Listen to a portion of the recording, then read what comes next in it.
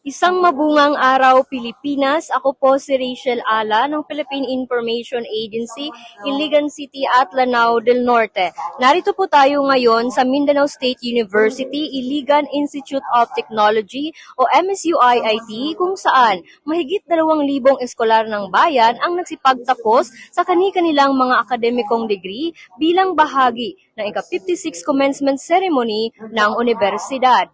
Panauhing pandangal si Ambassador Chantel Wong, dating United States Ambassador at dating Executive Director ng Asian Development Bank.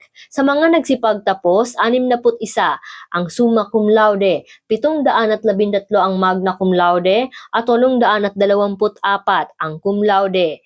Ipinagmamalaki rin ng universidad ang 600 at 73 first generation graduates na nagpapatunay sa inklusibo at makamasang edukasyon na ibinibigay ng pamantasan.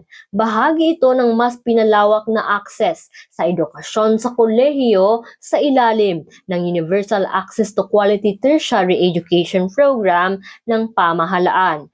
Patunay lamang ito na ang tagumpay ng mga nagsipagtapos ay bunga ng kanilang pagsisikap, dedikasyon at determinasyon. Para sa iba pang updates, tutok lang sa PIA Iligan City at Lanao del Norte at iba pang integrated state media o ISM.